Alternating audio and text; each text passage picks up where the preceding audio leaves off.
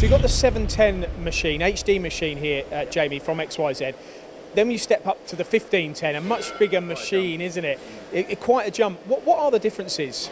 The X-axis, we needed a slightly bigger one. We do a lot of frames and hole drilling and stuff on longer jobs, so it's really, really easy to fit them in the machine. It's a nice wide door, you can get the parts in nice and easily. And what materials would you be actually machining on these? Because the HD stands for heavy duty. Is that how these machines perform? It can. We very rarely use it to its full capacity, but we have machined tool steel, stainless, mild steel, aluminium. We have quite a wide range in.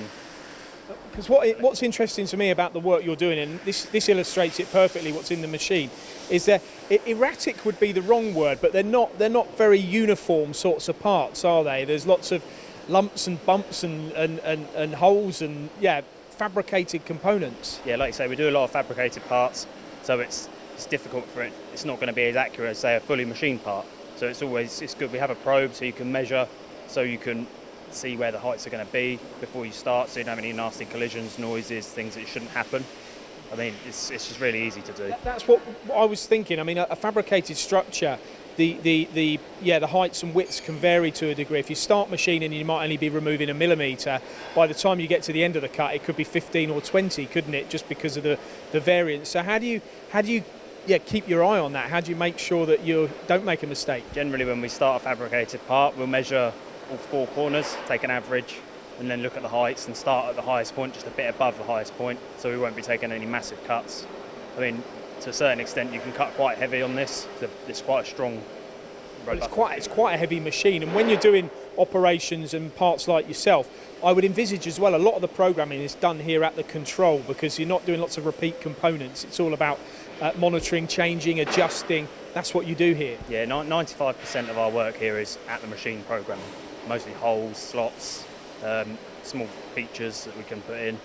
But if we do have a part that is a bit more difficult to do, we've got offline programming. We can just pop on a USB, plug it in the machine, and it's really easy to read and use. And how would your guys find this shop mill software?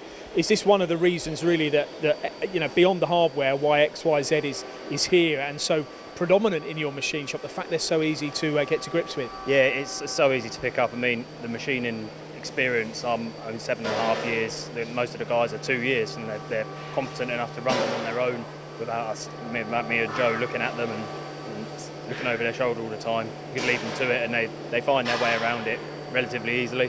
And if you were to go for another machine, do you think it'd have to be bigger than this one? Because they do the 2 metre and the 3 metre as well. Do you think that would be your next step? Oh, 100%. Yeah, I'd love a bigger machine, to be honest, but sometimes you can't. But we would go for a bigger one, because you can always find a bigger part to machine. And do you ever double up the components? So I know we've got one structure on here now, but you might have 3 or 4 jobs set on the table, which is an advantage to a bigger machine too. Yes, it's great for smaller batch jobs where you get 200, 300 of a job, and you can just set it up on the machine in 4, 5, 6 vices in one machine and set different work offsets, and it runs them so easily. It's a fantastic machine.